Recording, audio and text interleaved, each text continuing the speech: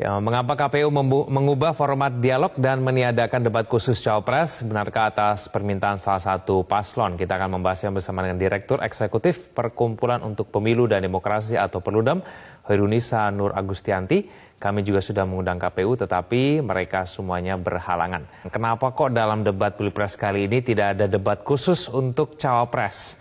Nah, menurut Mbak Nini sendiri, penting tidak sih kita menghadirkan debat khusus untuk Cawapres begitu?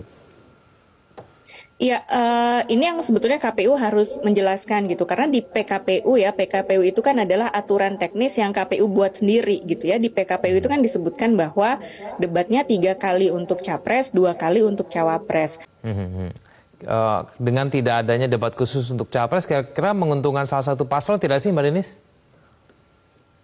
Ini publik yang akan menilai sebetulnya, karena publik tuh ingin melihat sebetulnya Mas, 6 orang ini nih sebetulnya punya gagasan apa gitu. Jadi bukan hanya si presidennya saja, tapi juga si wakil presidennya. Ya memang perubahan ini ya memang tidak seperti kebiasaannya KPU ya dalam menyelenggarakan debat gitu ya. Jadi memang ada debat capresnya, ada debat cawapresnya.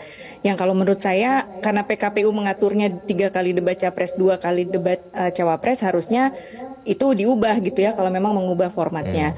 Nah, yang berikutnya adalah publik ini kan tadi tidak hanya ingin melihat proses debat ini hanya sekedar formalitas gitu ya, ditanya satu-satu tapi tidak ada proses debat, tidak ada proses debatnya lah, tidak debatnya mungkin ya tentu bukan debat kusir gitu ya, tapi debat yang spontan, debat yang lebih genuine gitu ya, sehingga kita juga bisa menilai, publik bisa menilai sebetulnya setiap pasangan calon ini siap atau tidak gitu ya, atau misalnya mereka paham atau tidak dengan visi misi yang sudah dibuat gitu kan. Itu yang sebetulnya harapannya digali dalam proses debat ini gitu. Jadi kalau kemudian ada perubahan format gitu ya, atau misalnya nanti lebih pertanyaannya hanya lebih satu arah gitu ya, tidak terlalu menggali mendalam, ya tentu publik akan harus effort lagi nih kalau untuk mencari tahu lebih dalam lagi soal gagasan dari pasangan calon ini, ketiga pasangan calon ini.